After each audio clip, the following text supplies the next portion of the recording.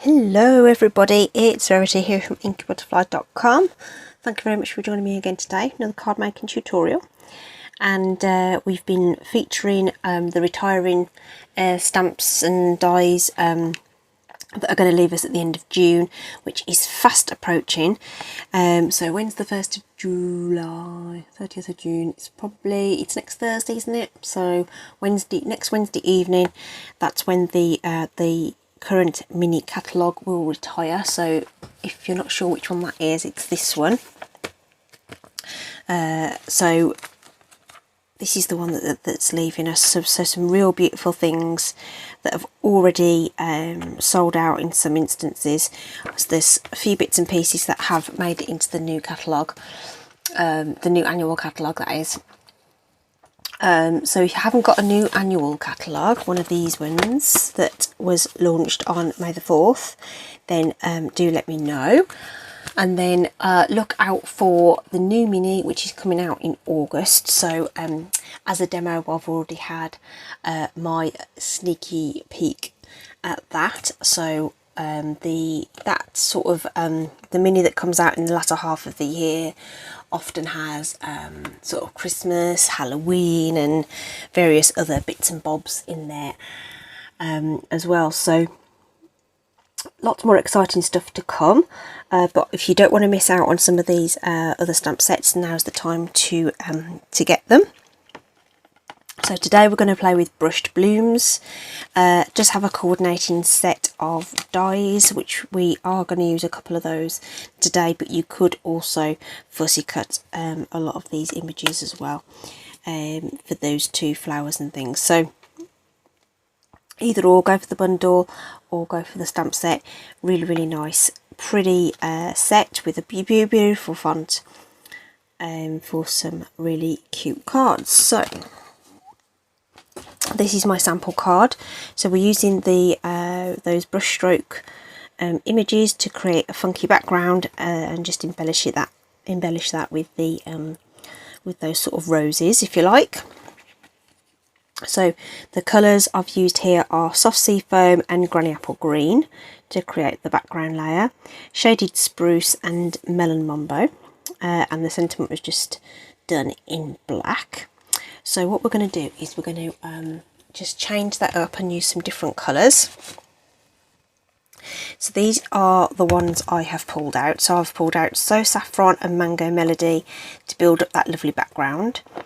The sentiment I'm going to do in Early Espresso rather than black, and then I'm going to use Rich Raspberry and Old Olive, and those colours together I think have a real sort of autumnal feel to them and go really nicely. So loads and loads of colours that we can play with, of course. So if those don't float your boat, then there's loads of other colours that you could use.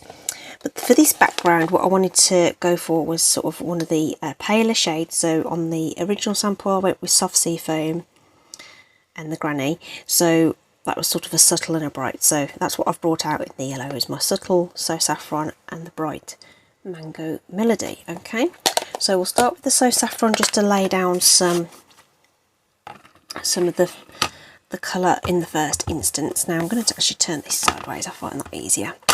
Whoops a daisy. Just hold on to that ink pad a little bit.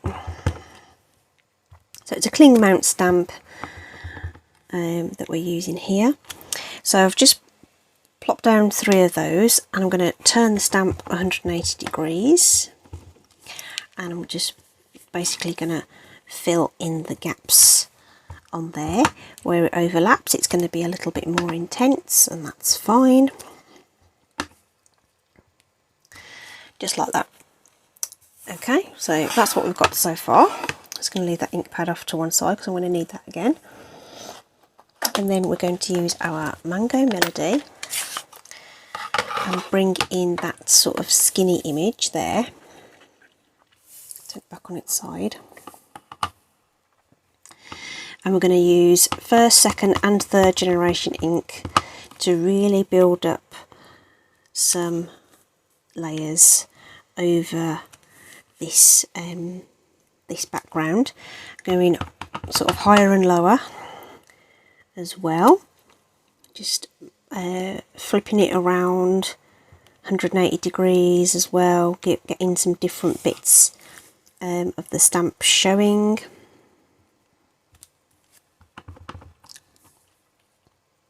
Okay, so we're really trying to build up a nice interesting background on this.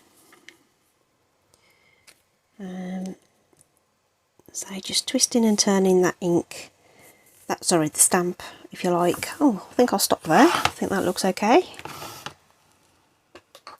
to create this background. Okay, it's amazing how quickly it builds up actually. Okay, so I'm going to do my sentiment next while the rest of that is drying back, which I'm going to use in with the early espresso. Could use black if you've got black and you want to use black, that's fine. I just thought it was more in keeping with the rest of the colour palette to use the early espresso. So I'm going to situate that somewhere around there. Okay. And then I'm going to use the little spotty sort of texture stamp there, and I'm going to come back in with that that light So Saffron and just add a bit of texture and detail there around the background. And it won't show a lot on the main portion of the card there, but it's there enough just to add a little bit of interest. Now some of it's going to get covered up, but we'll just add it in anyway in case it shows, so that's cool. Let's put that away. So if I just hold that up, we've got a really lovely sort of layered, so the spots will come out more on the paler parts of the card, and it just adds that sort of funky textured background onto our background card. Okay, so again, in keeping with the overall design, I've decided to go with a coloured card base, so I'm going to go with Old Olive. Oh, I didn't tell you the size of this card. This is one of my regular card layers. It feels like forever since I actually used a regular card layer. So this measures 4 inches across by 5 3/4, and it just gives you this lovely skinny border for your base card, but maximises your stamping area. I think you can go edge to edge with your card fronts, but it always becomes infinitely harder to get the things stuck on straight, so I always go for this sort of neat little border, just to bring out one of the colours in the design. So I've gone with the Old Olive in this case to bring out the colour of the leaves I'm going to stamp. Okay, so we're going to put that to one side while we bring in a scrap of paper, our Old Olive and rich raspberry inks. So I'm going to stamp this leaf image in Old Olive, and I'm going to use the rich raspberry for the flower. Get that really well inked. Okay, another one of my ink pads that could do with a bit of extra ink on it. And then I am going to use the coordinating dies to cut those out. Very easy to line up, as you know. Just get those wrapped around those images. And those 3 leaves, the die is actually really clever, and it gives you this little unstamped stalk as well. So we'll just run those through the die cut machine just quickly. I've already done some ahead of time, so I don't have to run things through multiple times.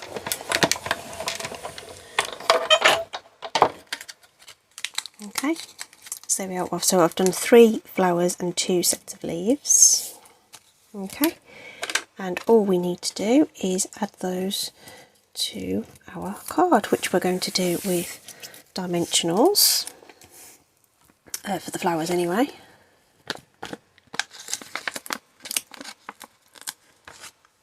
Now, just going to use 1 each on there and just cluster those together around that sentiment. You could double up your dimensionals as well if you wanted to, or not, as the case may be. It's entirely up to you. I'm just keeping it real simple for this particular card. Just a smidge of glue on one of those leaves, and we're just going to tuck those in.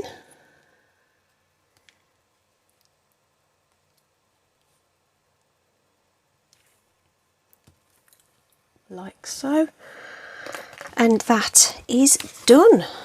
Okay, so I'm not going to add any extra bling. Of course you can if you wish, ribbon, whatever. Totally different colourways, using different coloured cardstock, but using that same sort of theme to build up a really nice funky background that's embellished with those beautiful blooms. Okay, hope you've enjoyed that. Thanks ever so much for stopping by and joining me today. All the links are in the description bar, you know the drill. Those of you who comment regularly, thank you so much for your support. Really appreciate those comments. And yeah, that's it from me for today. Stay safe out there. Bye.